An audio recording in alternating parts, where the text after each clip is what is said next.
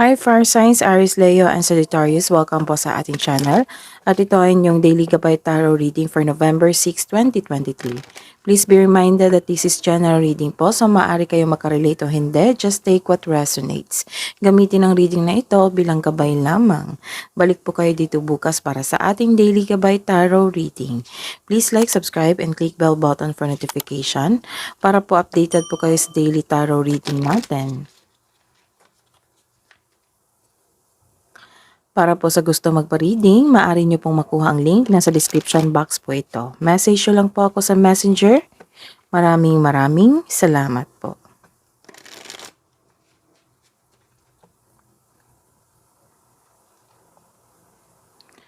Spirits guys, ano po ang ganap sa araw na ito, November 6, para kay Aries, Leo, and Sagittarius?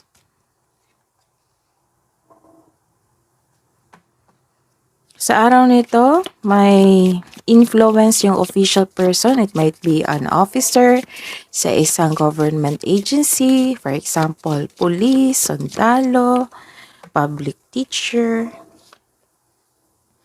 Wow, this is great fortune. This is a blessing. Great fortune.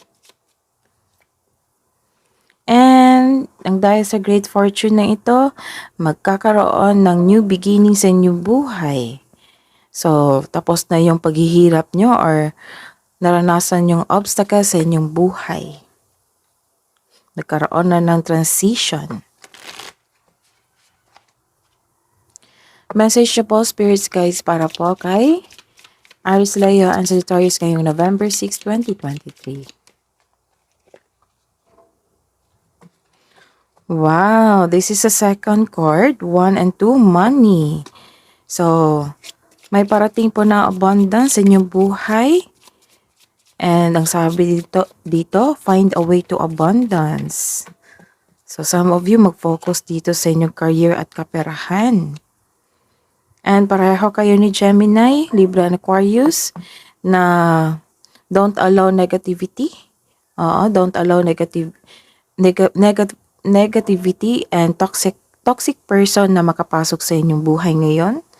So, focus sa inyong buhay, karera at kaperahan. This is also temptation. Huwag kayong matempt. Energy po ni Aries, Leo, and Sagittarius ngayong November 6, 2023, Spirits Guide. Clarification of this card.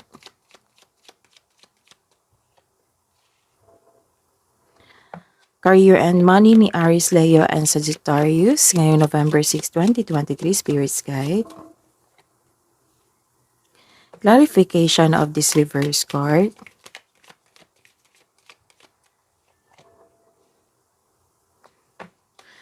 Love and romance of love, partnership and romance ni Aries, Leo, and Sagittarius ngayong November 6, 2023. Clarification of this reverse card.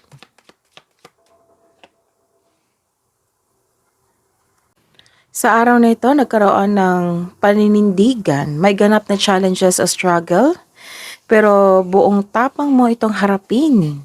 Katapangan at kumpiyansa sa gitna ng anumang klaseng atake. May ganap na pinagtanggol mo yung kaibigan mo o miyembro ng pamilya laban sa iba. Ang pagtutok sa problema ay magdudulot sa iyo ng pagtigil.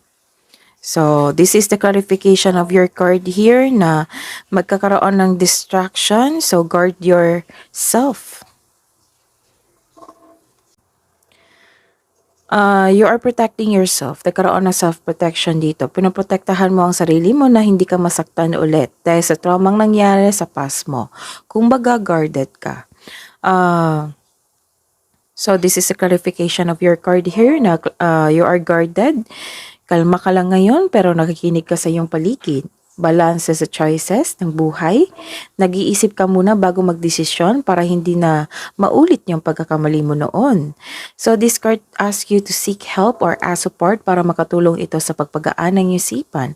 Pero the best kung ikaw mismo yung mag-take ng action para mabigyan ng solusyon ito. Sa buhay, karera at kaperahan, this is a Reverse card, nagkaroon ng incomplete action dito. Nagkaroon din ng delay sa celebration, nagkaroon ng failure, or may na-miss kang opportunity. May ma-end na cycle dito. So, this is the clarification of your third card here.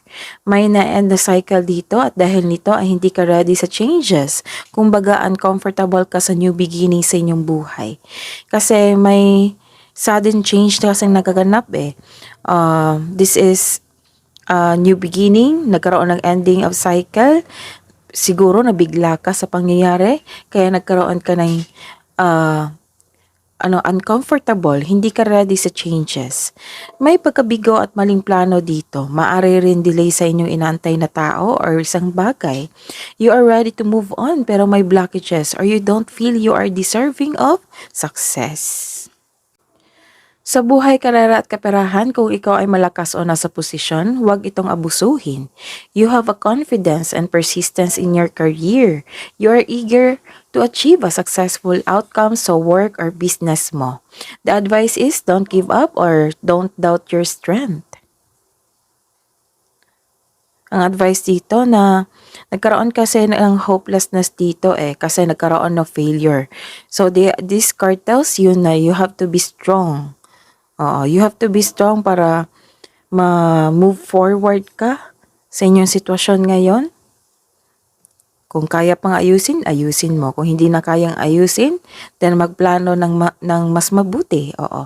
Magplano ng hindi na, you are guarded kasi dito gusto mo nang planuhin ng mabuti para hindi mo na ma-encounter yung pagkakamali mo noon. Ang sabi din dito na feel your fears, but at the same time, you are taking an action para hindi magkaroon ng stagnation. Sa buhay pag-ibig, nagkaroon talaga ng delay dito sa isang bagay sa isang tao. Halimbawa, delay sa travel, delay sa matagal mong iniantay. Ilan sa inyo makatanggap ng unexpected message na masakit o hindi ka aya-aya, so be ready. These delays are no accident. They are divinely timed to highlight an important realization. Something you need to recognize bago ka magpatuloy sa inyong gawain. So this lack of movement is reminding you to enjoy the process without being so focused on the outcome. So enjoy mo lang yung process habang inaantay mo and make yourself busy. Anong nangyari sa iyo, Aries, Leo, and Sagittarius? Sa buhay pag-ibig, malungkot ngayon. Malungkot ka ngayon dahil sa pagkawala ng isang bagay or tao. May naalala ka kasi na nag-cause ng trauma sa inyo? But don't worry, this is a reminder na this is only temporary. Lilipas din ito. I-acknowledge mo lang yung pakiramdam na sadness and disappointment para ma-express mo ito at ma-release. But it will not last forever. There is always a way out. Crying is a very healthy thing to do. Crying is a very healthy thing to do. It relieves stress, ease pain, and cleanses our soul. Hidden truth. Anong iniisip mo? Anong iniisip niya?